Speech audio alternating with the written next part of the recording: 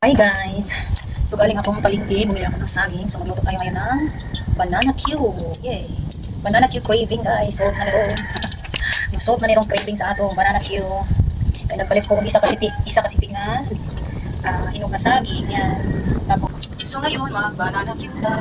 So ganito ako magagawa guys. Medyo init-init na yata ang mantika. So lagyan natin ng asukal. Makakit na ito siya. Ayan, tapos balutangin na natin yung asukal para bago ilagay yung ating saging. Pag lumutang na yung asukal, may saka natin ilagay ang saging.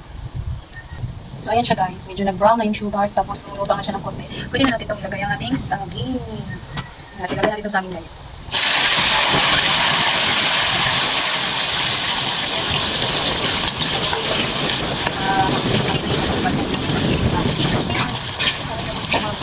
Banana cube.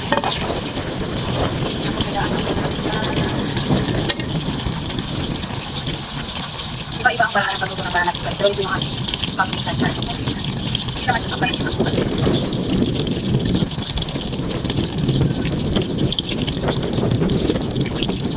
Hindi masyadong mainit na yung ating pagpalit. Hindi yan kumain ng pagpalit. Salutin tayo sa atin.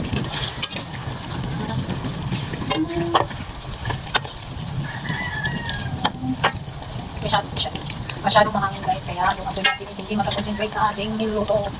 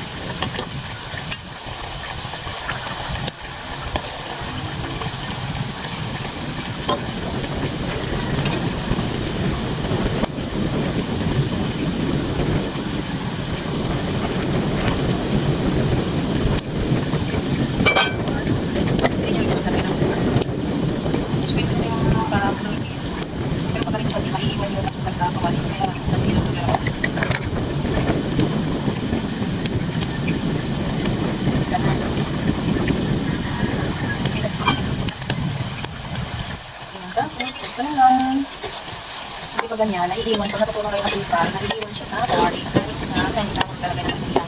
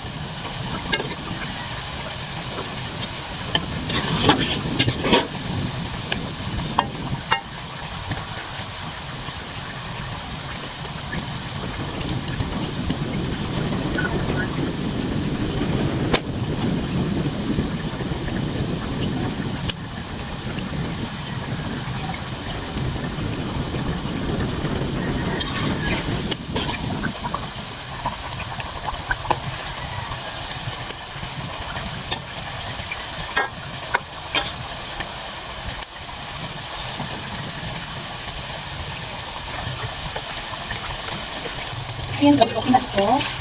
Ayan na natin, butot na niya. Kaya mag-merienda na siya, dala panigod ito.